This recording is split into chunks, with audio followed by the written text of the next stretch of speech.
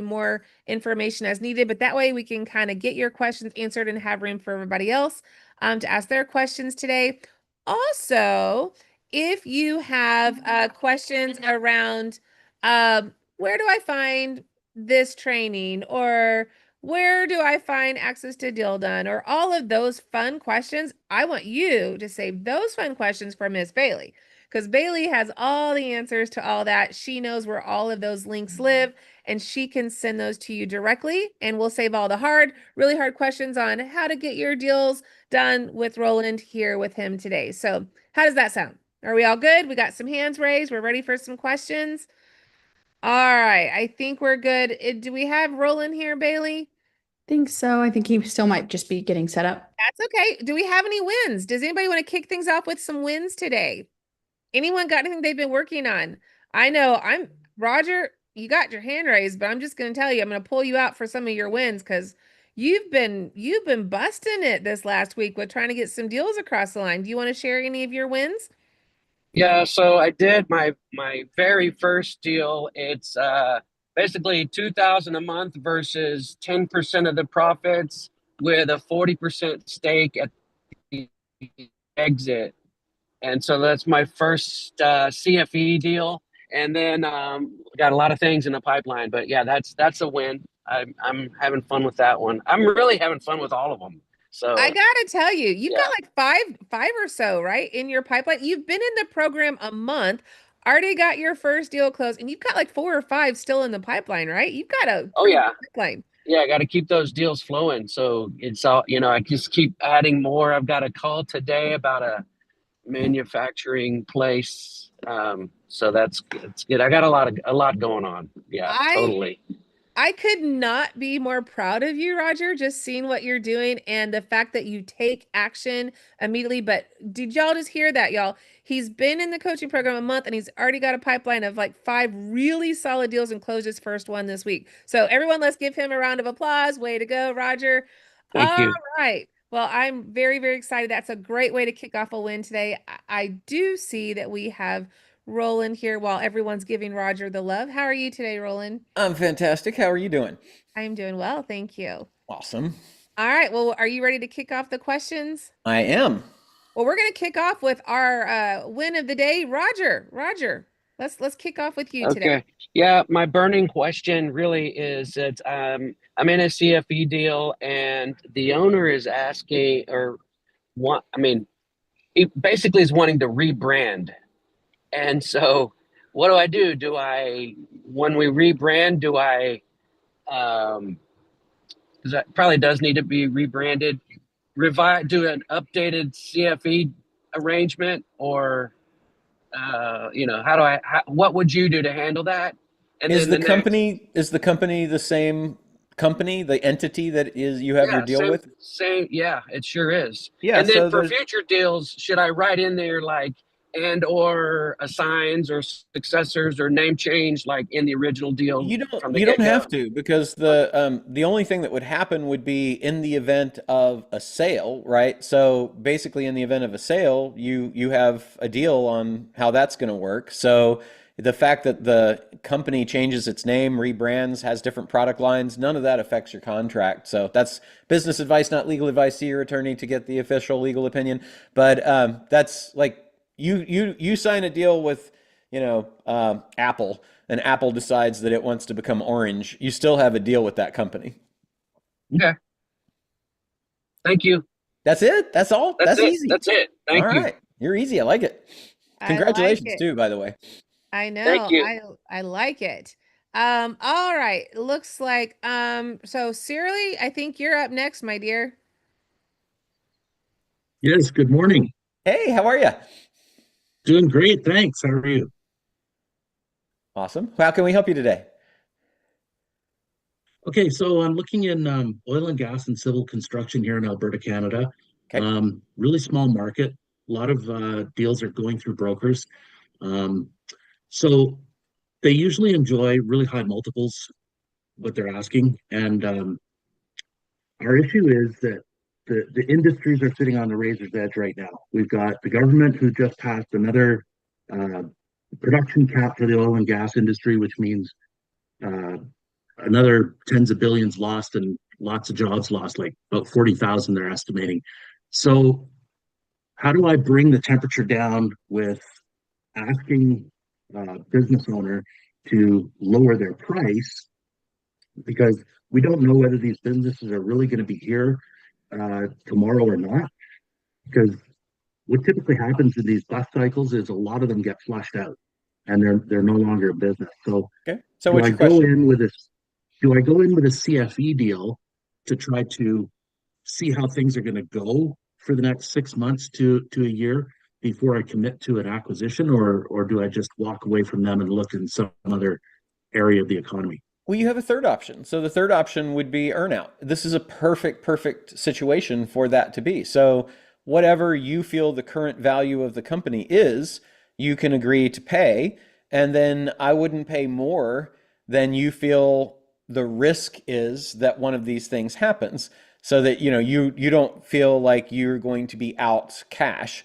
You will only be out opportunity if those things happen. So you can basically say, here's the three events that I'm concerned might happen. In the event, we're going to do a sale. It's going to be seller financing for whatever the base amount is. Earnout is going to be the rest. And both the earnout, obviously, if those events happen, then the company doesn't exist or perform and the earnout triggers aren't hit. And so there's no obligation there. And even on a seller note, you can build in clawback so that you say, in the event that this thing happens or this law passes or whatever, in the event that that happens, then the remainder of the note shall cease to exist. The note shall be, the purchase price will be adjusted to whatever the minimum is that you're comfortable paying, and that way you're both protected. And then also your seller isn't dependent exclusively on an earnout. It's just basically, hey, I'll pay, let's say it's $1 million. I'll pay $1 million as long as there's no governmental thing that does this, catastrophic event for us that happens. And we're going to do that over 5 years or 7 years or 10 years or 3 years or whatever. But in the event that that does happen, then the purchase price is going to be adjusted to 200,000, right? Because I know I can get 200,000 out of it. So that's kind of how you do that. Now, the thing for the seller is the seller's got a note, so they know they're going to get that amount as long as that catastrophic thing doesn't happen. And then for any upside, like, hey, maybe we're going to get this new customer, or, we've been growing at this and hopefully that'll happen. That basically is what you're going to use the earnout for. So I think if you put those two things in there, you're probably going to be golden and you don't have to look at a different place. Okay, and how would you weight that? Like, would you weight it like say 30% earnout, It'd be or is that based too on the much? value that I'm a part. So the value that you agree exists right now, let's say, is $1 million, and the seller's saying, well, but I want $1.5 million. And you're like, well, I don't think I can pay $1.5 million. And the seller says, yeah, but look at this, this, and this are going to happen. And, and it's always happened before, and there's no reason to think it won't happen again. So that's why I want to get paid that. And you're like, okay, I got no problem with that as long as it does actually happen. And then that's the amount. Typically, as a percentage, it's between 10 and 40% of the company, and it's somewhere between 1 and 4 years that the earnout will last. So as long as you're in that range, you're in the typical. But I wouldn't be afraid to go beyond it if you felt you needed to. But it's really just to bridge the gap. The earnout is to bridge the gap in value that the seller sees that you don't, that you do see is possible. It's not there right now, but it's possible in the event that certain things happen. And it can always be, look, the only way, you say, what would have to be true for me to pay you $1.5 million instead of $1 million? Because I think it's only worth $1 million. And then you answer that question. What would have to be true is, you'd have to go out there, seller, and make this big contract that you've been working on happen. And if you can do that, then I'd be okay paying $1.5 million. And then that becomes the trigger. And would you also I'm looking at a bunch of companies, so I want to do a roll up. So would you kind of make those contingencies based on, hey, if we merge with a couple other companies, this sort of scenario could happen? You can. It would be less typical for you to have an earnout based on that. That would usually be a seller roll-in where you're basically saying, hey, look, you continue to own 20% of the company, or 20% of the, increase. It could be a SAR, like a share appreciation right or something like that. It doesn't have to be actual equity. They're very popular right now. those kind of detached rights that in the event that we do these things, then, there's a bump for you over here. A lot of deals are getting done on those right now.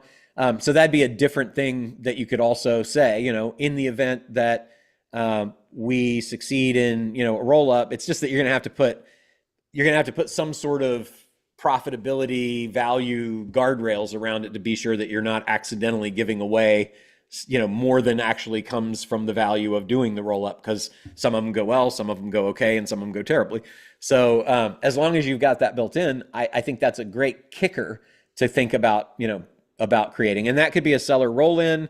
Maybe you have an option to buy out, he rolls in 20% and you have an option to buy that 20% out, at, up to a certain value or based on some formula in the future. There's a lot of ways that you can address it. Okay, great. Thanks. You're very welcome. All right. Afam, I think you're up next, my dear. Hey, Fon, what's going on, man? Awesome. Hi, Roland. Hey. Hey, I have a business development question. Yes. So I was invited to a conference in Denver, and I'm going to be meeting some, VIP entrepreneurs. And the typical question is, how can they help me? Right? Yep. Who do I want to meet?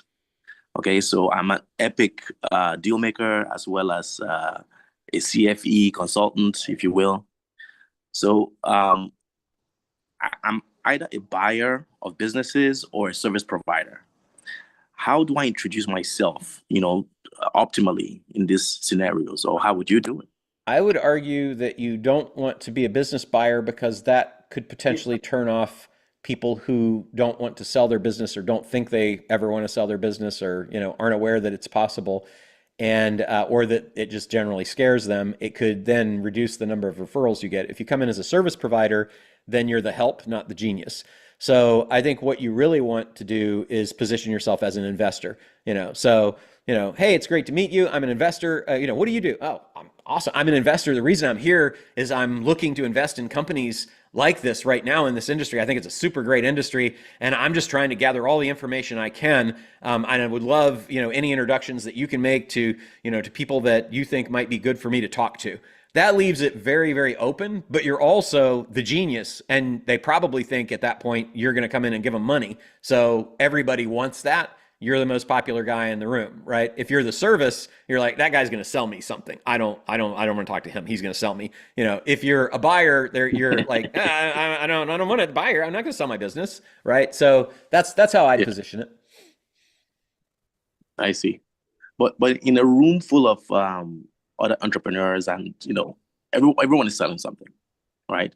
And they want to be able to give me a client that can provide me cash flow. Okay. Well, that's a different story. So you're in a networking room then, not in a. Yes. Okay. Yes. Well, then you should have said that, man. I would still say I'm an investor. I'd say I'm an investor, and the way that I typically do that is I either buy the company or I'll come in and work with the company on what I call consulting for equity. The things that I generally am able to do for a business is help them with growth, help them with increasing profits, helping them do turnarounds, and helping them get leads. Or whatever it is that you feel you're good at. And then, if you want to stack the deck in your favor, I did this recently. I spoke at a conference in Dallas last week called Go High Level, and it's a big CRM.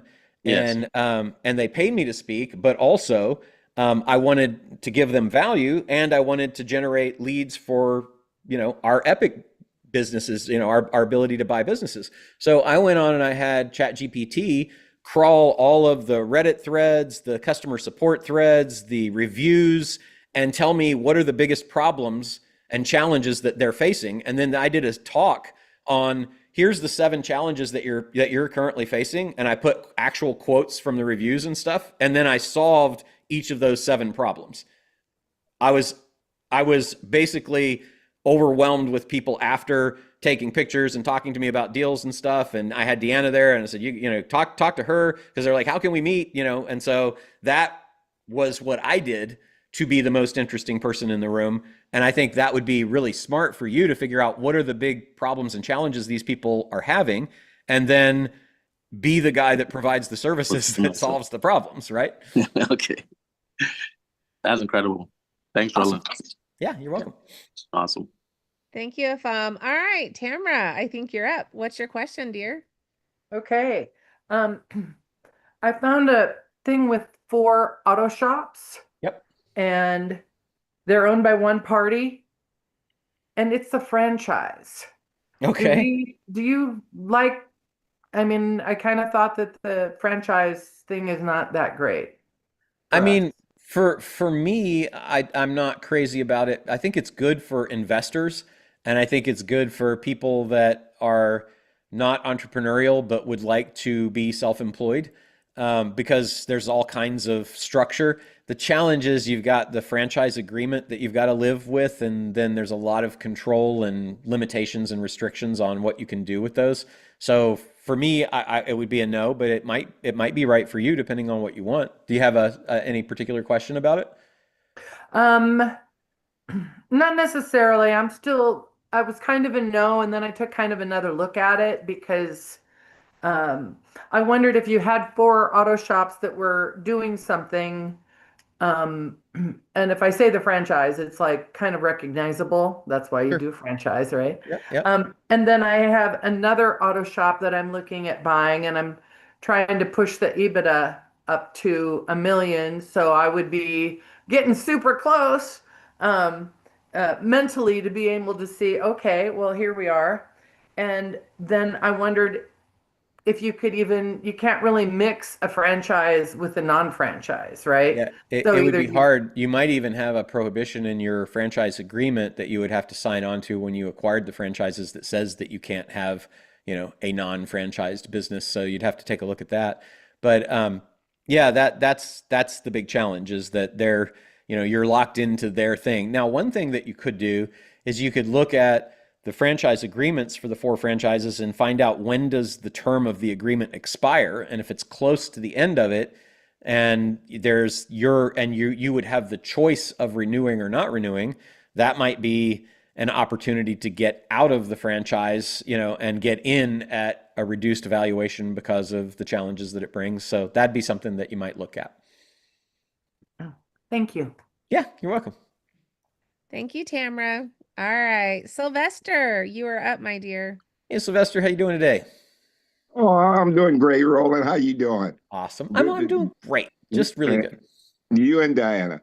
Diana, It's all the good. question I wanted, the quick question was, Roland, you did something on flipping businesses probably about 2 years ago. Uh-huh. Have you done anything to update that yet, and secondly, do you have a contract that you utilize that we can utilize as far as for flipping? I saw something with about two or So three yeah, I think sentences, you're but talking about the training where we talked about how can you do wholesaling, where you basically get a business under contract and then flip the contract to somebody else. yes, Yeah. yes. Yeah. So we have the training on it, but there hasn't really been anything that's changed. So I think that's still current. If you've got specific questions about it, I'm happy to answer. And then in terms of the contract, Bailey or Deanna can point you towards, the thing that we have. We do have an agreement that is a wholesale contract. It's basically an Yep. option agreement that's assignable, or you can do it with a contract that's assignable, either one. Yeah, if Billy or Deanna would send that to me to my email, altlend1959 @gmail, I certainly would appreciate it. All And right. the last quick question, um, I've got a client who's trying to buy a business.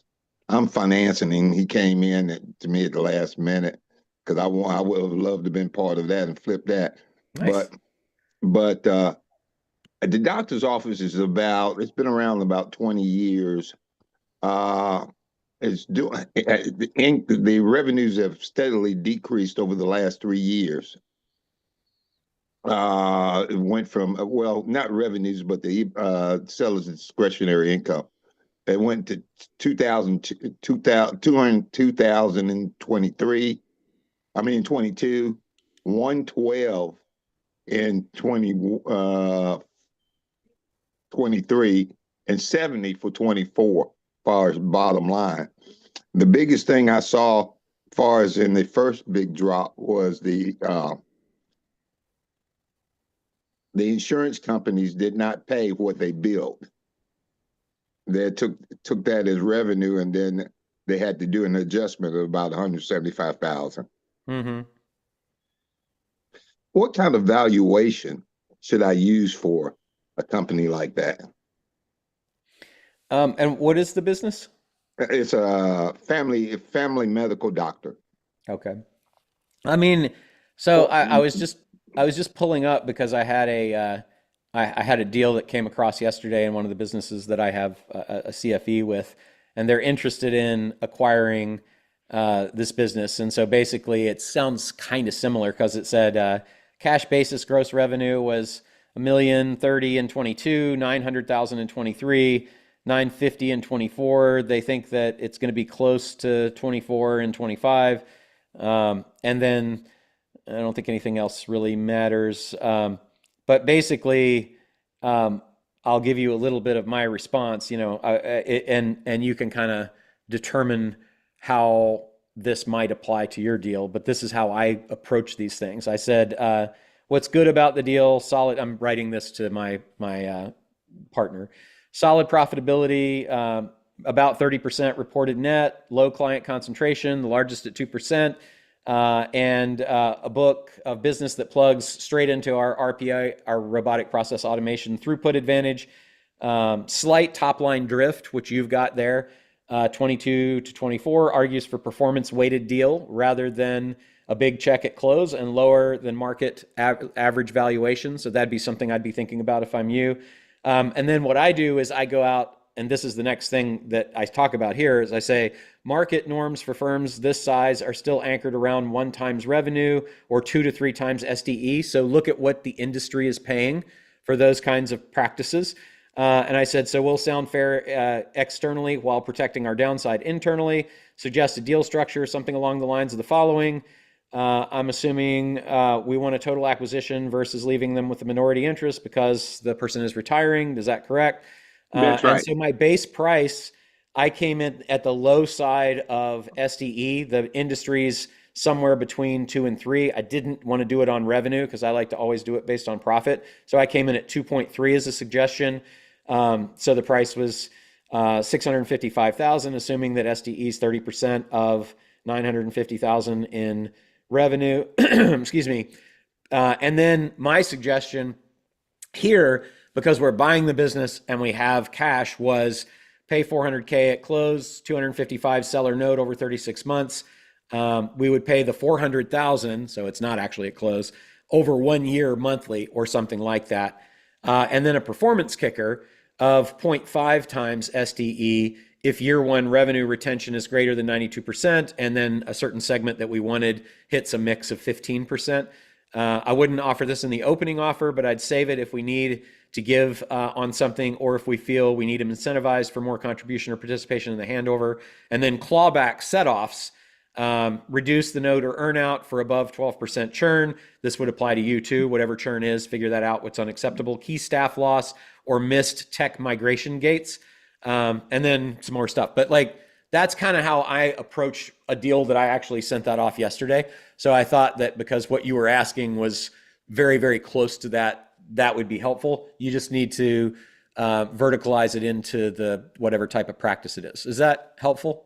Yeah, that's helpful because I came in at 2.5. You said 2.3, but I came in at 2.5. That's what it's your offer. That's great.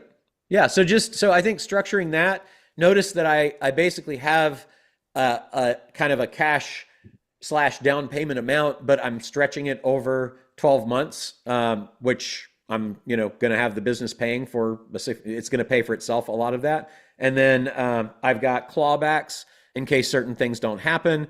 And I've got a seller note. So, that kind of structure is where I'd be looking at to deal with it, particularly because of the declining top, the drift on the top line, which is probably not like a systemic or demographic thing. It's probably that they're thinking about selling, and so they've been working less. But, you want to kind of verify that. Yeah, they have. They said they've been working a lot less. Makes sense. Okay. Well, thank you very much, Roland. You're welcome. And And then please don't forget to send that contract to me. I certainly need that. Deanna and Bailey are the best people at following up that I've ever met in my life. If I told you I would send it, I would promise it, I would mean it when I said it, and I would get distracted and forget about it for a year after. You've got the right people on doing that. All All right, right, thank you. Sylvester. All We right, got you, thank buddy. y'all. Okay, All right. take care. Stephen Roberts, how are you doing, buddy? I'm doing great, Deanna. How are you? Good. Hey, Steven. Hey, Roland. Good morning. How are you doing, man? Fantastic. How can we help today? Outstanding. I'm working on a 10-unit boutique hotel as part of a short-term rental roll-up. Oh, nice. Buyer is he's an absentee owner out of country, and he paid 1.5 million for this 10-unit property on 1.5 acres 4 years ago. He's asking 2.1 now. The challenge is it's generating about 260 in revenue and only about 84,000 in SDE. So trying to figure out how to structure a deal. He's flexible in terms of a deal structure, but capital preservation, it's also approved to add units. So we could probably add 10 more units to the property. So what are your thoughts around structuring a deal that might be a good win-win for him? He's trying to get rid of the property. He's overseas, family How long? issue. It's a listing, I'm guessing. How long has it been listed? Well, 8 months. Okay, that's good news for you. And give me the numbers one more time. Sure. Asking 2.1 million, 10 units, 250 in income, about 85,000 in SDE. Okay, and then what's the property value if you were to go and list it and sell it, or the comps that you've pulled?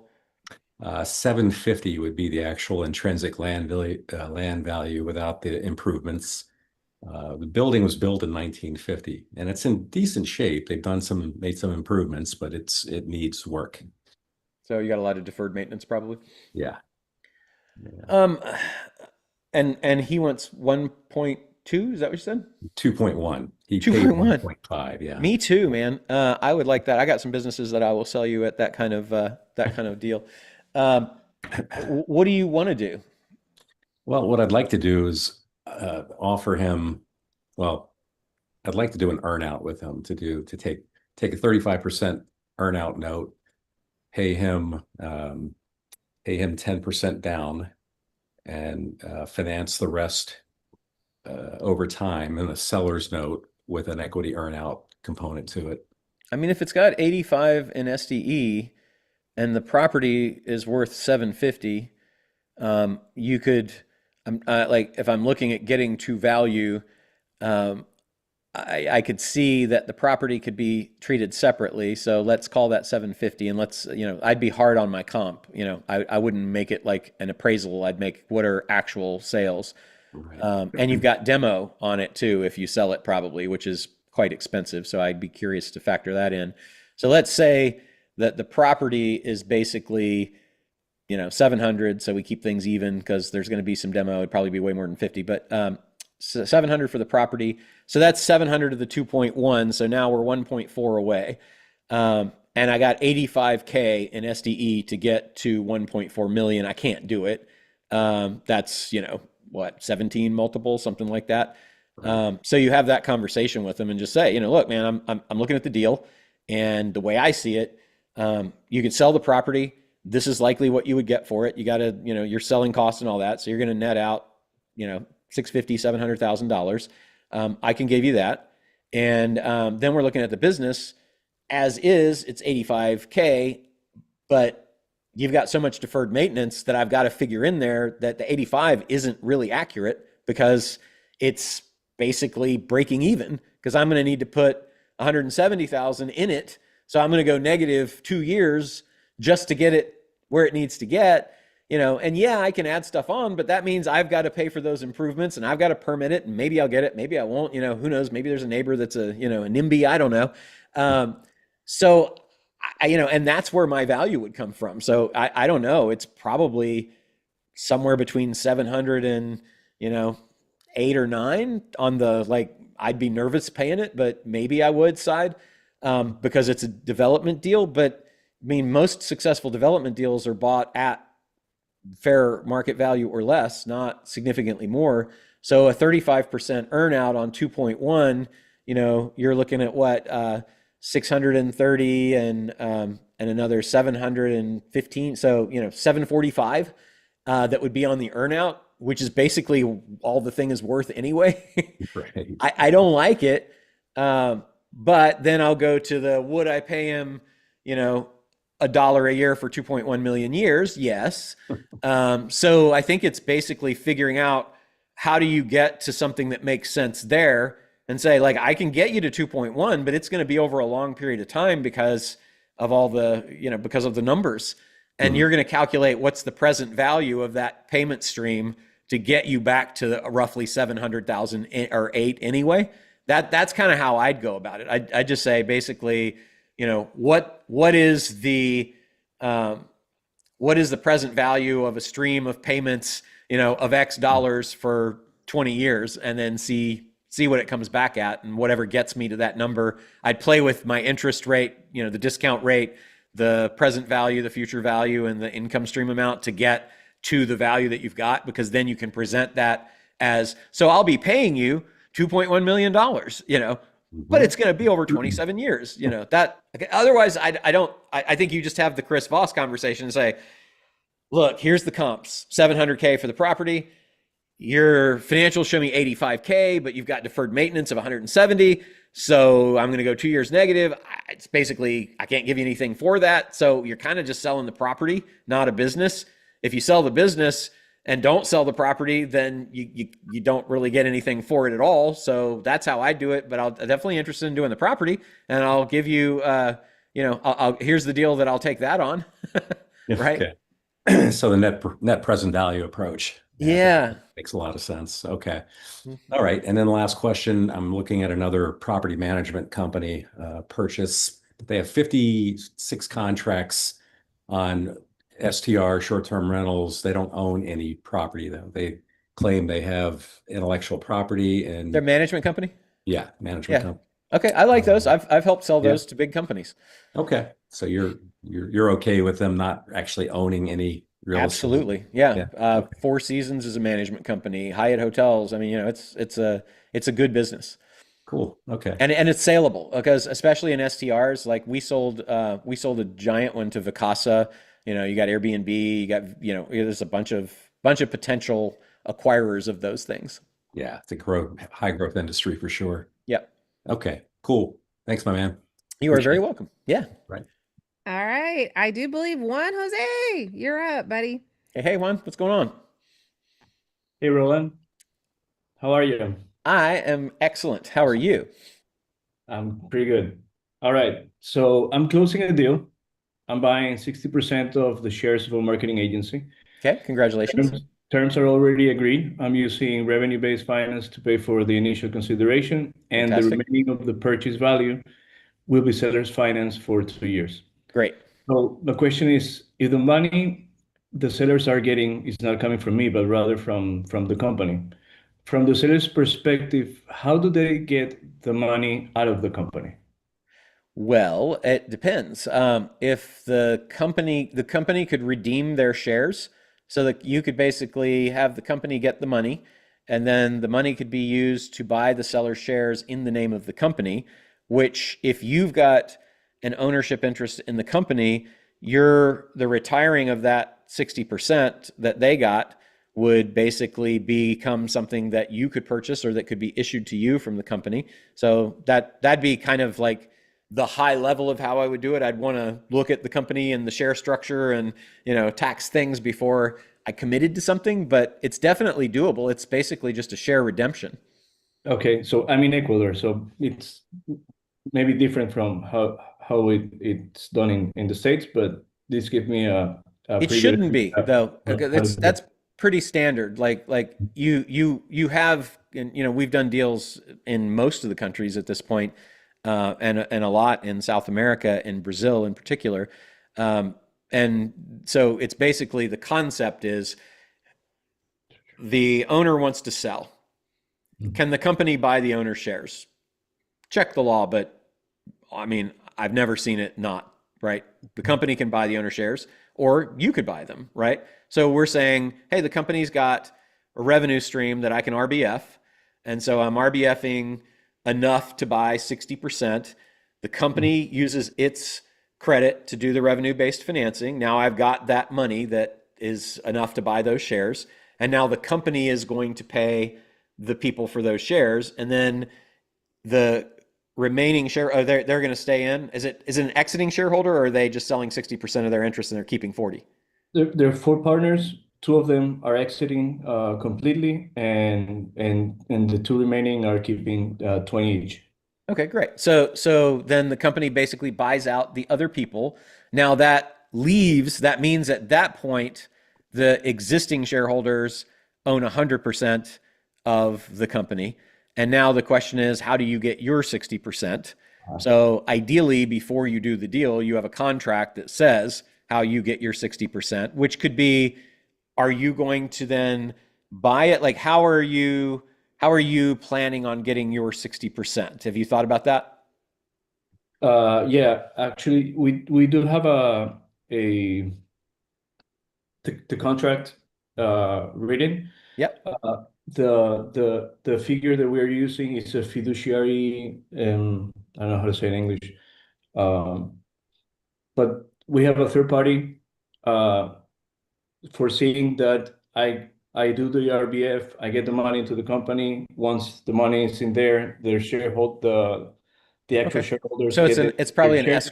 escrow company or an escrow provider. An escrow, exactly. Yeah. And then they free the remaining shares and they give it to me. Okay, great. So then that's in place. So I mean that's basically the structure of it. Oh, okay. So basically the company buys the shares remain in treasury until I get them, and then from the treasury of the company, they give it to me once the contract is correct. Now you'll want to talk to your tax person there to find out, is there a tax advantaged way to do that, or is it going to be tax disadvantaged for you to receive those? But that you can work out. There's many ways to structure it. So I would just find out from a tax person there. Now, are you in Ecuador? Yeah. Okay. Find out from a person there that does taxes there, just to be sure that it's not going to accidentally create some tax event for you. But yeah, it's pretty straightforward. All right. Thank you. That's it. I'll let you know when it's closed. Yeah. Congratulations too. That's fun. All right. Awesome. Thank you. All right, Dave McFarland. How are you today, Dave? Hey, Dave. I'm doing great.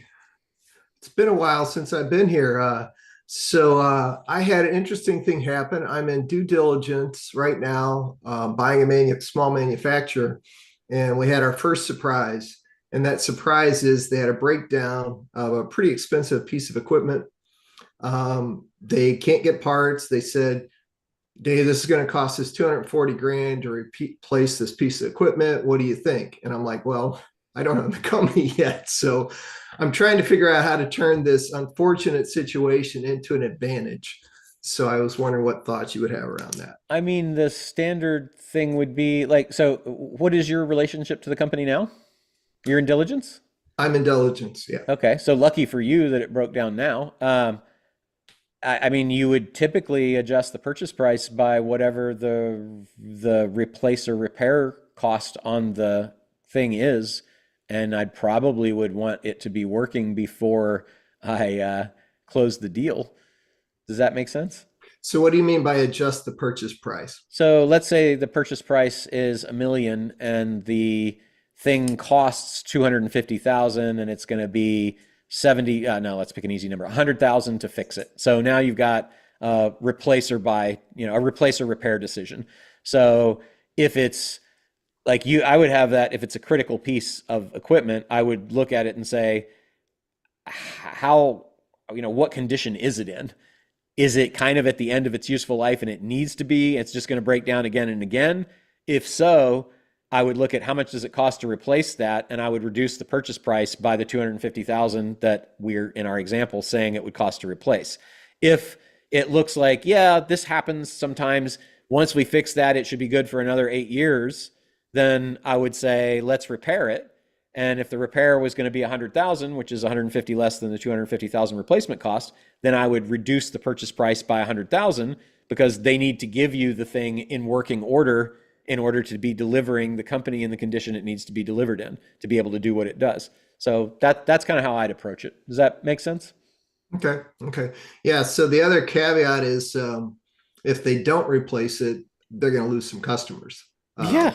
So And that's going to reduce the value of the company, right? right, right. That's kind of where I'm at. And if they like the question is too, if it broke down now, how long does it take to fix and what's the damage of that? Because that would probably be an adjustment in the purchase price as well. If you're buying based on prior profit, but prior profit is going to be forestalled for 3 months while we get this thing fixed or replaced, then that needs to be factored into the equation as well. Even if you didn't change the purchase price, I would defer payments and I'd probably defer, other things. Does that make sense? Yep, yep. So right now it looks like what their plan is to if they can't fix it. They told me that they can't get parts. It has to be replaced. And replacement is about 240 grand replacement. Yeah. And so purchase price reduction of 240 grand. Right. Okay. Okay. Yeah. All and right. I would basically push closing until that's done. Yeah. Yeah. Okay. All right. Thank you. You're welcome. All righty. Let's see here. I do believe we're going to go with Michael. How are you today, Michael? Hey, Michael. Hey, Roland and Diana. Good to see Hi. you guys again. Likewise. Just a quick thank you. As from the past call, I did have a talk with one of the instructors, and they were really, really helpful. So thank you again for that information and the contact. Fantastic. Adds to you too, Diana. So I have got two questions. One is I've got a business that we're in due diligence with. That's a laundromat, and we've gotten them down from 250 to 220, negotiated for 50 seller finance, and then that's uncovered for 18 months after, and then we've got the 50% that he's asking for in cash on. I just wanted to be able to find an option that's cash that we can be able to give them that's not directly from pocket. I've spoken to banks, not particularly an option here in the UAE as of right now. I need to be in possession of the company to ask for SBA loans. And so I'm just trying to figure out or brainstorm a few other ideas on how I can be able to do that. Is the business located in the UAE or just you're there? It's in the UAE. Okay. And what about revenue-based financing? So the title's not a big deal because you could basically say, look, seller, I've got to have title to the company to be able to get the funding to give you the 110,000 cash that you're going to get at closing. So the way we'll do that is we'll close the deal and we'll do a deferred down payment or a deferred payment of that. And however long you think it's going to take you to get that would be the time that you would give yourself to do it. So if you're like, once I get title, I can get funded in 30 days, then I'd say, we're going to close the deal. I'm going to get you 110K in 60 days. And then the balance is going to be on the seller note that we talked about. Is that something that that might make sense? Yeah, it does. I'm not particularly sure on the time the banks would work with that, but I will definitely look into it. In terms of suppliers being a factor of offering in some version of cash investment, is that also a possibility? I've been speaking to a few of them as a general, even before I started doing due diligence on this company. And I'm thinking that there's a possibility to get them through an exclusive contract for the company to be able to supply them for the duration of the life of the company, but then ask from them a certain amount. Is that something that might be doable as well? Absolutely. So how has that gone? You've had conversations with them? I haven't brought it up yet, but I've been getting to know suppliers because I've been looking into laundromats before. So I've just kind of generally been building those relationships. And so I wanted to find out if that's a thought process that might work as well. Yeah, absolutely. Yeah. I mean, all of those strategies are like, they apply everywhere unless there's a specific law that says that you can't do it. And a lot of people will be like, yeah, but a lot of deals, in the UK or in this place aren't done like that. And I'm like, a lot of deals in the United States aren't done like that either. The question is, how motivated is the seller? How much do they want to get out? So I would definitely chase all of those down. Okay. Then the second bit is a service-based company that's for cleaning. It was in part of one of the companies I was looking into. We didn't go through with the deal. However, through the process of having a chat with them and the relationship still being good, we had a chat about the contracts that he's been offered through current employees that he's got or current contracts that he's got going on, and they want to expand, but he simply doesn't have the manpower to carry that out. And I was trying to find a way of making a CFE deal, even though the kind of cash that he was asking for selling the whole company was ridiculous. So, which is why we didn't go through with it. It just didn't seem motivated. But if there's a way to do a CFE deal with this specific contract, how would that look like? Okay, so ask that in a little bit more concise question, and then I'll happily answer it. Right. So he's got, as we were going through the contracts that he's got, an average of the business revenue is about 40% in contract basis. This is long-term contracts, annual specifically. Then 60% in subscription-based, and so on and so forth. And then he's got the same contracts or other partners of those contracts looking to give roughly about 300 to 500,000 in addition or new contracts, but then he has no manpower to carry those contracts out. Okay. And so is there a way that that can be leveraged to creating a CFE deal? Yeah, can you provide the people power to make that happen on the 500K in contracts? Not directly from me, but It doesn't have to be. No, I didn't say from you. I said, can you provide it? Right. I can have a chat with a few individuals who have businesses that might be able to do that. Yes. Yeah, so I love that. And then you've got a direct contribution that would come from that. You know, I don't know, find out what the profit margin is on that. Let's assume it's 50%.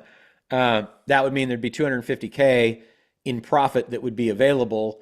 Having a CFE deal that lets you, let's say it costs you 100K to get that from the third parties that would be able to provide the labor, then there's 150K in profit left for you.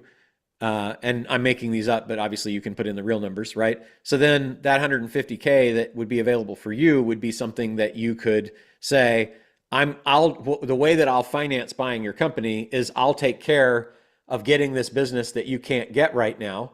I've got that. I'll give you 150K, which is my profit on that, or maybe it's 100 and you keep 50 for yourself, so you got some cash towards the business, and then that helps you fund that acquisition through kind of a hybrid CFE acquisition thing that generates cash. Does that make sense? Yeah, it does. I'll have a chat with him and then probably lay it out on the next call. Thanks for that.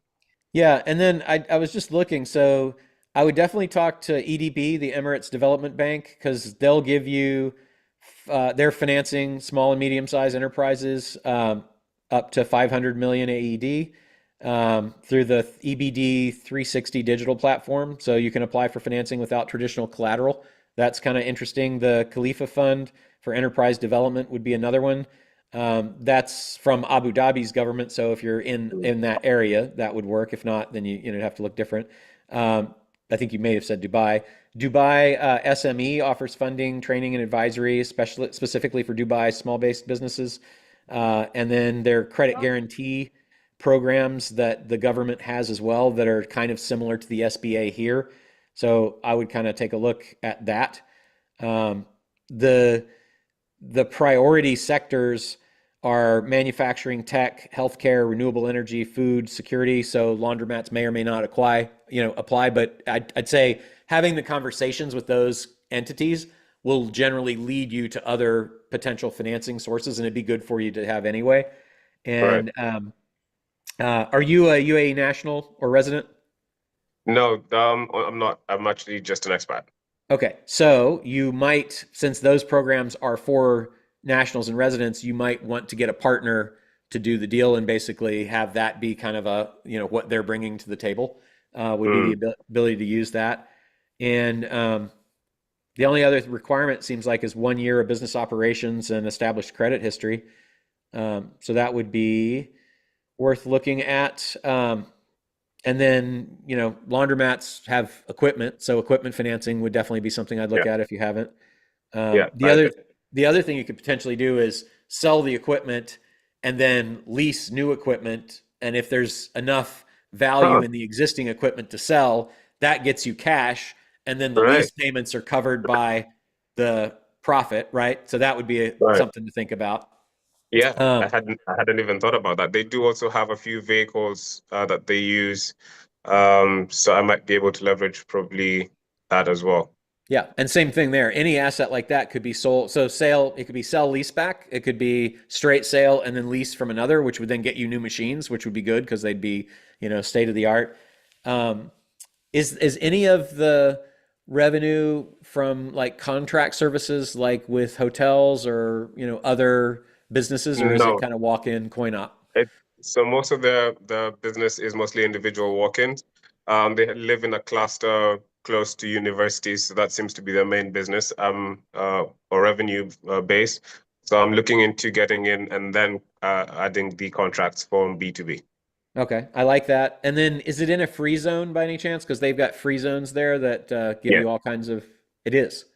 it is in a free zone, yes. Yeah, so that's 100% foreign ownership, no problem. Tax exemptions, kind of built-in banking relationships. Some of them have their own financing partnerships, so I'd ask, about that. Those are some things I might explore. Okay, that's quite a few options. I wasn't expecting those many, but thank you very much. That's very You're helpful. very welcome. I'll be in touch and let you know when we close. Thank you. Let me know. That is the most fun. Yes. Go close it, Michael. All right, Henry, you are up. How are you doing today, Henry? I'm well, thank you, Deanna. Hello, Roland. We Hey, have Henry. not met. I read your book quite a while ago and didn't do anything very much. And then I can't remember even how I got on this course, but I'm doing the basic business builder basic. Okay, fantastic.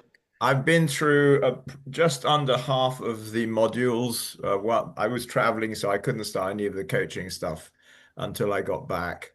I have two questions. One is I'm a little confused about how I get to finding 100 companies to call based on this acquisition worksheet thing. That seems to be aimed at if I already have a company in sight. Am I correct? I don't know because I don't know exactly what you're looking at, Well, but it's the one that has competitors, market share in the middle, team systems, capability, product, services. okay, that's the acquisition wheel. Got it. Now, is that intended for me to find 100 companies, or is that intended for me to, having found one, to start filling in the blanks? Because it It's to looks give like you it's to give you ideas. Do you use ChatGPT by any chance? I don't use chat, I use Grok. Okay. But I mean, Because I'm perfectly happy to use ChatGPT if that's with I know that's the one you have developed a series of prompts for and stuff. yeah, that's what I was going to say. We have a GPT, which I don't know if you still. I think they made it so you don't actually have to subscribe now. But Right. Deanna, if you could get him the GPT for the acquisition criteria creator, that will help you drill down very, very specifically. And then, does he have access to Deal Done through that program, Deanna? Bailey, does he have access in his portal for Henry for the business basic? He has access to the original dashboard, which I can send him. Okay, why don't we do this? Because I think it would be very helpful. Could we give him for a month? That would give him enough time to do it, access to Deal Done, and then that will help you build your acquisition criteria. You don't need ChatGPT because we built it into it, and then you'll also have it generates leads. So it'll actually go out and scrape the leads based on your acquisition criteria. So I think that would be most helpful. And it gives you the business name, contact information, reviews, everything. That would be absolutely fabulous. Yeah, that would be great. I mean, I haven't let the grass grow under my feet. I've come out of retirement. I'm 76 years old. Awesome. I've been retired for like 15 years. I was 30 years a consultant, so I'm kind of familiar also with the CFE Great.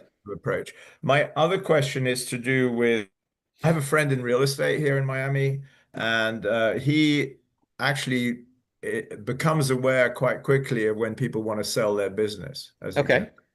And he's actually about to put me in touch with a deal, which is a guy who wants to sell some paint shops. So I'm kind of keen to make sure that I know what I'm talking about and looking at, the paint shops are franchised to one of the big paint companies. Is there anything in the target analysis data sheet that I need to add to take into account the franchise situation? Not, I mean, it's something that we talked about earlier on the call. That's the only thing that I think, you want to be thinking about is what is the what is the contract, the franchise agreement that binds the deal look like? Is it transferable? Do you need approval? You probably do from the franchisor. Do you Yeah. qualify for that? How much time is left on the franchise agreement? Is it cancelable at the option of the franchisee that you would be buying? And what are the requirements like co-op fees and things like that? That all is going to impact my desire to do that. And then it depends on what's your end game. If you aren't really thinking of using those to do a roll up or something like that, and you just want to own them, then No, I think I am thinking of a roll up. I mean, the idea is the paint shop strikes me as a good opportunity to do a roll up with DIY stores with all sorts of other things, and then to have eventually a bundle of companies that I can sell. yeah. So then you just want to be careful in the franchise agreement what's permitted and not permitted as a franchisee because you'll be bound by that. I mean, there are only two big brands of paint that we see here. One's Sherwin-Williams and the other one is Benjamin Moore. Yeah. And it seems pretty difficult to run a paint shop unless you're franchised to one of them. Yeah, that Like makes they're sense. the household names here. So I'm gonna, I mean, this friend of mine actually, he said, well, the franchisor might say, well, what do you know about the paint industry? And I would say, well, look, I'm not planning to know anything about the paint industry as much as own the company. And I can find somebody who knows about the industry if that's what you want. I mean, that's, I guess, my thinking of what my response might be to that question. Yeah. And what are you thinking on the roll up that you would want to do? Because the thing about the franchise though, like as far as you don't have experience in it, to me should be irrelevant because the whole point of a franchise is that all the systems are there. So I know. Yeah, exactly. But anyway, in terms of roll up, I mean, I can imagine, first of all, paint that it has two markets, contractors and private individuals. You've got a DIY market that surrounds it. There are people who have hardware stores. You could have, I don't know, various kind of services like cleaning, building cleaning, that kind of stuff. I mean, I haven't thought, this has literally occurred this morning, so I haven't had time to think very heavily through it. But I just wanted to have your thoughts on some of that.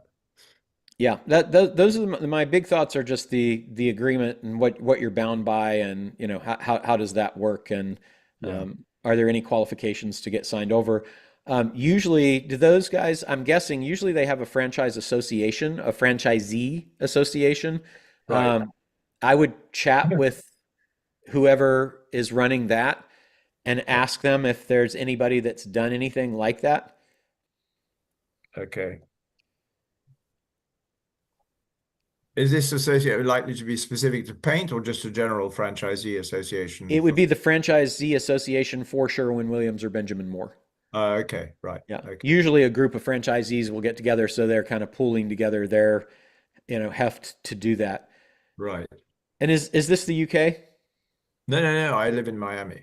UK. So, because I just looked up Sherwin-Williams, it says it's not a franchise in the traditional sense. It operates as a corporate chain with company-owned and operated locations, though it does offer a Sherwin-Williams paint store dealership program.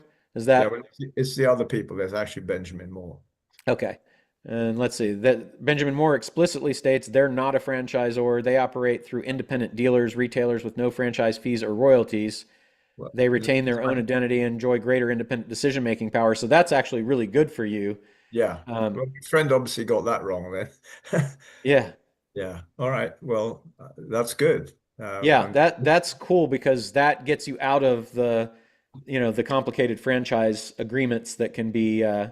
yeah, it looks pretty If you look at these shops, so you go and look at their stock in the shop, I mean, it almost looks like a franchise because if it's a Sherwin-Williams store, Yes. there are nothing but Sherwin-Williams stuff in it, literally. yeah. The only The only other things it looks like in the agreement for them would be maybe if there's a first right of refusal right. And then if you had, like, if you're thinking of expanding that like to more of those stores, is there a territorial restriction that, you know, that might exist? Yeah. Those would be really, you know, the biggest things that I would be thinking about. I didn't realize Benjamin Moore is owned by Berkshire Hathaway. Surprise, surprise. Yeah. So, no, I mean, it seems like it would be worth exploring. Yeah. All right.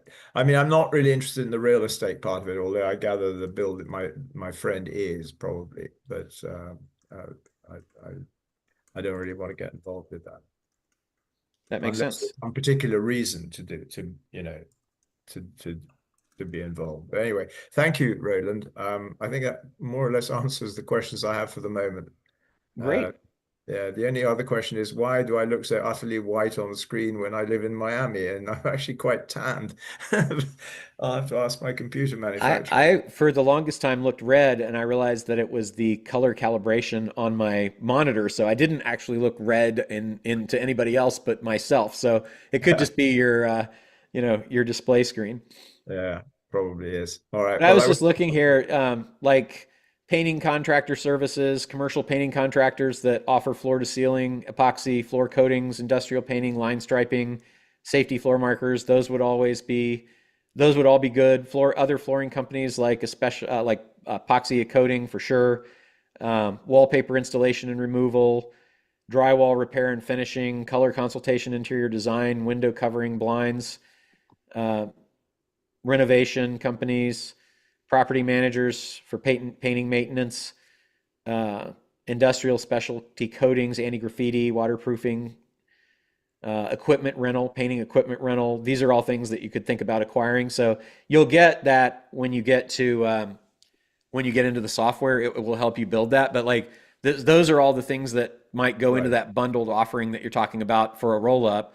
And given that it's not a franchise, you would be able to tie them together a lot more than you might otherwise be. So that's cool. And then to get the specific companies to acquire, the easiest way is, you know, to scrape Google Places or something like that, or you can go and get data from one of the data providers like Apollo. But we're going to get you the software, and I believe it's going to give you 50 leads right off the bat. And then if you keep running it again and again, it will give you 50 more and 50 more and 50 more. So 2 runs through, you'll have your 100. That's great. I mean, my only concern is if this deal is like bigger or much bigger than what I'm looking at the moment. Yeah, I may need to partner up. I don't know how I would, with somebody with more. Well, the good news is we do that, and we have lots of other people who are interested in doing that, so we can help you with that. Okay, all right. Thank you very much. Indeed, you're welcome. Awesome. Thanks, Henry. All right, we got 3 more questions that we'll end with today. So, Ruben, you are up next. Hey, Ruben, how are you? Ruben might have stepped away, so let's go. Hey, oh, there he is. Here I am. There he is. Okay, Ruben. Hi what's there. Your question. Hey. So Roland, I have a question in regards to a company we acquired back in April. It's a remodeling and construction company. Okay. And so we've had a couple of challenges that we've had to overcome. One being seller didn't really commit to the terms of the agreement as far as the transition. And then we experienced some employee sabotage. And so kind of the last thing I'm dealing with is now abandonment of an employee. I mean, not an employee, but a partner. Okay. So we're at the cusp of trying to deal with a lawsuit from the seller and trying to come to an agreement on how to get back on track with the payments. So part of it was seller finance, and then so most of it was seller finance, but we assumed the SBA loan, and then the other thing was there was a seller note as well. So to get back on track, I'm kind of wanting your perspective on what do you think I should do to get revenue back up. And the two things or three things that I'm implementing currently are hiring What commission salespeople. what kind of business is it? It's a residential or modeling company. Okay.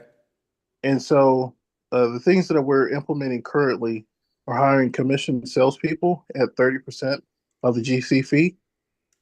And then if it's a self-generated lead, they get 30%. And if it's a company generated lead, they get 15%. So that's one thing that we're implementing. The second is we've got a relationship here locally that has agreed to um, turn on a lead source for us, which will help with us serving more clients. And then the third thing is that we're adding a monthly recurring revenue service line. So I want to see what else do you think that we could do to increase the revenue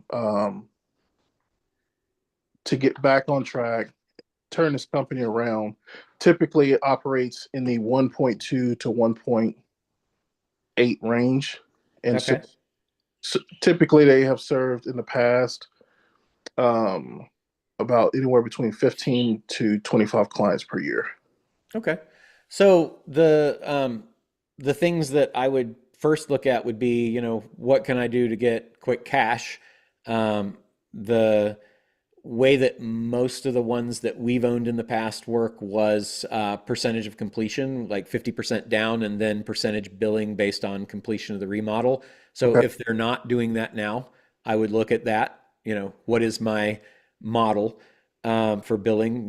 Do I have a progressive billing system? Is that something for anybody that's coming in that you're selling that you could set up?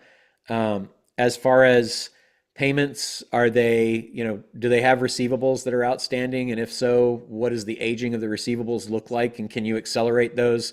Would that be something that you might offer a discount for people to get paid, to pay up sooner? Anybody that is on a receivable thing where receivables are being created, that would be something similar to give them like a 210 net 30 discount or something like that. Okay. And then if I was just trying to think of what else, those are like and you could factor the accounts receivable if you have them as well. Like that would help get cash in the door. I always look to centers of influence too. So who's already got these customers that you want? That would be another thing to look at. And then is there a reactivation campaign? So if they do 25 or 30 a year, did you say?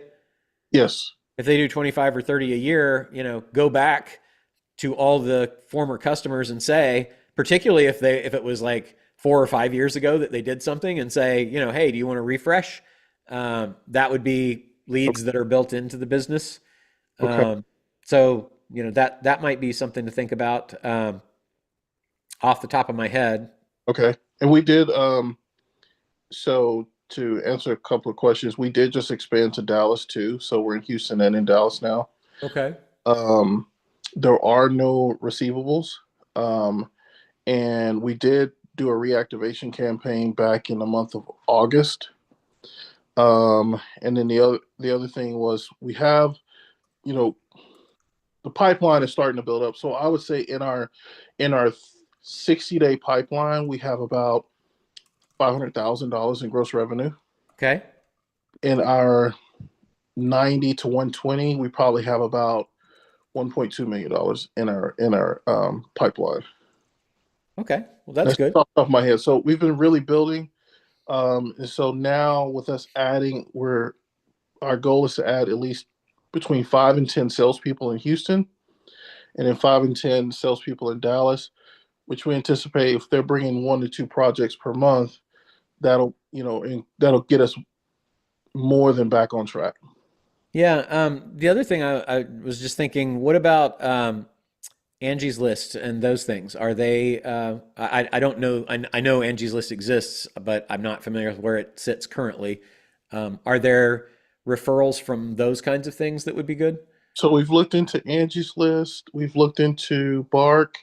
It's just the cost associated with it, and then now you're just so that's why it was basically more so, okay, we're spending out a lot of dollars for not a high volume return. So that's why we talked to the other person who we know is using that lead source. Now they're paying for it, but you're getting higher value qualified leads that are actually looking for the service that you want, and they're coming directly to you. Okay. So that's the one thing. And then there's another app. They're only in select cities. I don't know if you've heard of them. It's called Street Fair. Okay. And Yes, I have. so we just started with Street Fair here recently. They're in Dallas, but they're not in Houston yet. Okay. I like that. The other thing that I had a siding company, aluminum siding company that we worked with, and they did at the end of the remodel, they had a taco party in the neighbor's yard. So it cost them next to nothing. They got a taco truck to come and did a taco party. And Okay. so all the neighbors came, and the person that you just did the work for is talking about how happy they were with the work, and you're hosting it. So you're working all the neighbors. They can see the work that was done. Yeah. And that generated a ton of business for them, way better than like door knocking and hangers and all that kind of stuff. Okay. Okay. So I like that idea. And then the other one you said was going to your point earlier. The other thing that we have listed as an action item is to call all the construction companies in our markets that are bigger than us, and then have them, sub their work to us, and we return a fee to them. Yeah, I like that. I Okay. think that's great. Also, maybe have conversations with plumbers and electricians and HVAC people Mhm. because they're running across those people all the time. Flood remediation, like good time to get that. Anybody, plumbers that are, if you're where are you located? Houston and Dallas, Texas. Okay, so you might get pipes bursting and things like that coming up in the winter months as things, so like all of those would be potential remodel opportunities based on immediate need, Okay. which could be good. And then if you're not already just sticking a sign in the yard while you're doing it, definitely, But those are some of the things that I've seen work and, had friends and other people that do. So I don't know if any of that helps, but those are things I'd think about. Okay. Thank you. That does help. I appreciate it. You're very welcome. All right, thank you, Ruben. All right, we got two more. Campbell, is it D Campbell? I don't know. I don't remember your first name, darling. Sorry. It's okay. It's Oh. Denise. Oh, hey, Yep. Denise. Oh, there you are. Yes. Okay. Hi. Hey, How are you? Denise. Hey, I am looking at a business to take over the main founder's majority shares. Okay. The business I've been involved in for several years and have some investment in. He's 84. He's ready to move to the board of directors. And Okay. so I'm just wondering what kind of structures that might look like.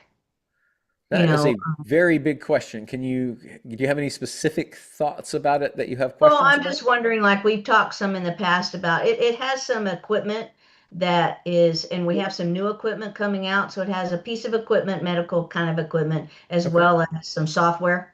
And it's an international company. Okay. And it's based in New Mexico. What is the outcome that you're trying to get to? I'm trying to kind of find out how to approach this. They're very open. He's motivated kind of seller. His Okay. partner's going to stay in it. It's like, are there like you can do some money up front and a back end deal based on revenue? Just Yeah, kind I of think a couple of ways to enter into this conversation. yeah, there are about 270 ways to go about that. So which are all in the portal. But I think probably the best thing would be to spend time with one of the coaches to have a conversation about it and let them get the information they need, because it's probably a longer conversation than we have time for here. And then if you have specific questions or strategy based on having the first part done, then come here and ask, and I'm happy to help. Perfect. All right. Deanna, Bailey, can we make that happen? Yes, Denise, we can get you on a deal review call for sure. So absolutely. Awesome. Okay. Yep. We will do that. Sounds good. All Thank right, you. Nathan, I think we're going to end with you today. Hey, Nathan. Hey, how's it going? Can you guys see me? Yeah. Absolutely. I just wanted to offer Henry. I had to step away and I missed your motivation for the paint industry. but if you'd like to connect, some time ago, actually, back in like 2012, 13, 14, I came out with a technology prior to like Home Depot and Lowe's. I actually went and met with their head of global paint. Same thing with Sherwin-Williams. And the technology, well, I still own it, is all I'm going to say. I ended up concentrating on other business efforts, but I have a lot of that data, and I really haven't seen anybody employ the technology in the way that I did not give folks my business plan when I approached them, thankfully, because one of them did sign an NDA and then or a copy in an NDA, and then popped up about 7 months, 8 months later with a feature of it. But Well, why don't we let Henry and Nathan talk with Bailey, and then if you guys both want to connect, we are happy to connect you guys. I've just DM'd Nathan. with my Awesome. All right, Nathan, did you have another question for Roland, or was that it? No, I just signed in. I wanted Great. to. Yeah. Henry. That's awesome. Well, thank you for sharing with that. That's great. Thank you. All right. I think that's it, Dee. Yep, that is it, Roland. Great questions. Great, everyone, for just jumping in and really taking action. We've got a lot of action takers this week, a lot of deals going on, a lot of people that have their pipeline. So excited to see that. Last thing really quickly, we have our Get Scalable live event coming up in a couple of weeks. If you're an Epic board member, you get a free ticket to attend. So make sure that you saw the email that Bailey sent out yesterday, and make sure you get your ticket. We want to make sure that we've got you accounted for there. If you're not and you would like a ticket, and you can email me or Bailey, we can tell you how that you can get that ticket, but you definitely do want to be there. Awesome. Very cool. All right, guys. Everyone. Thank you. Keep doing deals. Keep asking great questions. I love answering questions for people that are doing stuff, and you guys are. So thank you for that.